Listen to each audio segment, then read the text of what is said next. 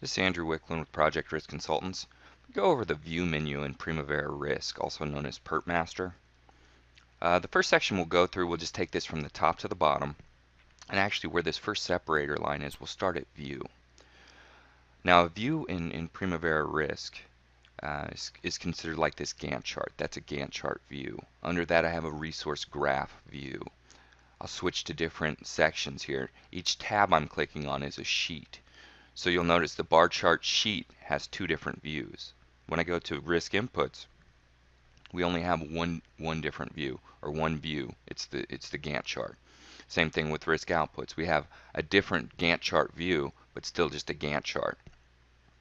So I can have multiple views in a worksheet, and then the entire setup of everything with all my views and all my sheets is considered my workspace. So if I customize 10 user-defined views, 10 user-defined worksheets, and I want to save that whole thing, then I'm saving in a workspace. So all of these are real easy to save. You just go in here to View, Workspace, and I can save a workspace. A lot of users never do this because the default views are pretty good. They're very usable, user-friendly. It's easy to add and remove columns as needed. But if in your organization you have certain fields that you always use or certain things that you always do and you always look at the data a certain way, you might want to come in here and save some of these. And you can save them to a shared folder on a server so that your entire organization can use them. The recent views, as I mentioned, I added a resource graph. So I look at the resource graph, and that's the last one I added. So, if you, once again, you wouldn't have to maybe necessarily customize something. I could add that resource graph as needed. One of the more interesting options in the product is setting up a logic view. So if a lot of times when people are trying to trace logic on a very large schedule, I've got 20,000 items, how do I filter it down? What do I do to be able to see things a little bit nicer? In Pertmaster you can set up a logic view, and it just says how many backwards and forward relationships do you want to see. I'll click OK, and every time I click on an activity it'll show me one step forward, one step back, so I can trace through the logic that way. This is really helpful oftentimes when you're running a simulation too, if you just want to isolate the logic and see, why isn't the critical path coming through there? Why is something happening during the simulation? Why aren't the activities pushing out as I expected? A logic view is a nice way to set that up. So we'll go into a logic view a little bit more in some other modules. So we'll go ahead and turn the logic view off for now. The next section is synchronizing the timescales. You'll notice right now I move this timescale. It does nothing to the timescale for this Gantt chart above. If I wanted to synchronize things, so when I'm looking at one, I'm looking at the other, I could click on these two, go into synchronize the timescales.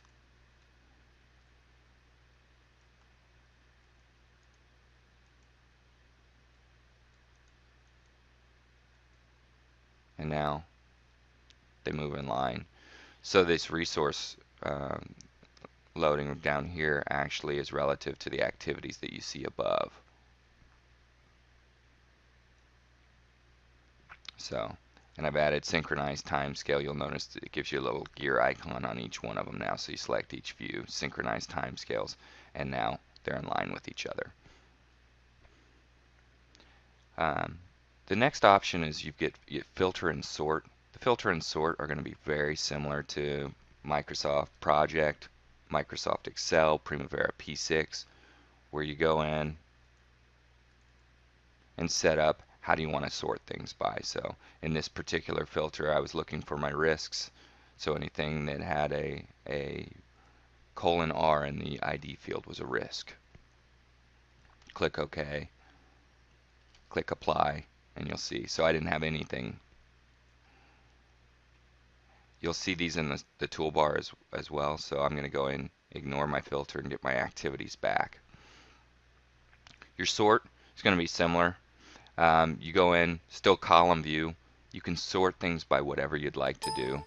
You can save these when you're done as well. So if I want to sort my entire project by actual start, or Maybe I want it to ripple like a waterfall, would do everything by finish date. Once again, you can click apply. So if I want to save this, I've got my new modify delete buttons towards the bottom right of this. So I'll go ahead and close that one.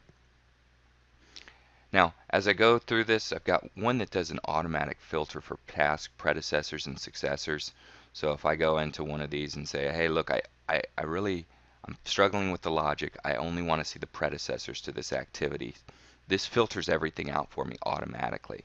So it's real convenient for just a quick, hey, I just want to see the predecessors and how they're reacting. So same thing with the successors. Once you're done with that, you can ignore the filter. Click that button here, ignore filter. And then you've got some items for what items that you want to show on screen. So this first is a sidebar. The sidebar from top to bottom is designed to simplify things and make it more of a step-through process. For me, the more you've used the product, I think it gets in the way of your viewable area and it's a little bit clunky. At the same time, for a newer user who's struggling, hasn't gone through training, this is a good area. At least it's going to push them in the right direction or attempt to do so. So I'll take off the sidebar. The task details is this section at the bottom here. With task details, you may choose to hide it. I'll call it the navigation pane down here. There's also an icon towards the bottom right. The auto hide button looks like a little tack. If I click on that, the bar goes away. Anytime I scroll over that, the bar will come back. So there's the task details in the bottom left. So, but if I want to keep that up, I can go retack that down and now it's up. So if you don't want to completely hide it, that may be another option for you as well. Now you've got the status bar down towards the bottom right. It's kind of like an internet browser where it gives you a little bit of information. So this gives me my remaining resources, my total, my plan finish, all that, my sorts and things that are applied. So, and then you've got your toolbars that have been added. I've mentioned before the tool can become really complicated because the amount of icons, it's confusing. You can remove some of these. So say for example, hey, I never used resources in Pertmaster because I've loaded all the resources in Primavera P6. I could go in and remove that resource toolbar there.